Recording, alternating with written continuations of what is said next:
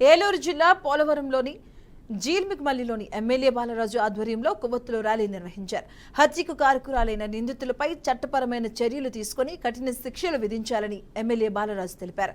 మహిళలకు రక్షణ కల్పించడంలో రాష్ట్ర ముఖ్యమంత్రి చంద్రబాబు, ఉప ముఖ్యమంత్రి పవన్ కళ్యాణ్ కట్టుదిట్టమైన చర్యలు తీసుకుంటున్నారన్నారు.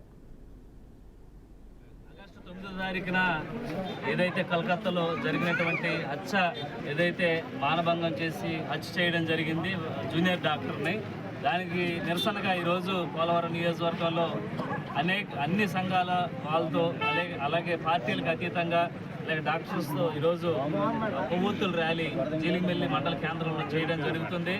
ఏదైతే అక్కడ సంఘటనలు జరిగినటువంటి ఎవరైతే ముద్దాయిలు ఉన్నారో వారిని కఠినంగా శిక్షించాలని ఈరోజు నిరసన కార్యక్రమం చేపట్టడం జరిగింది. తప్పకుండా అభయ కుటుంబానికి న్యాయం చేయాలి అక్కడ ఉన్నటువంటి ప్రభుత్వం.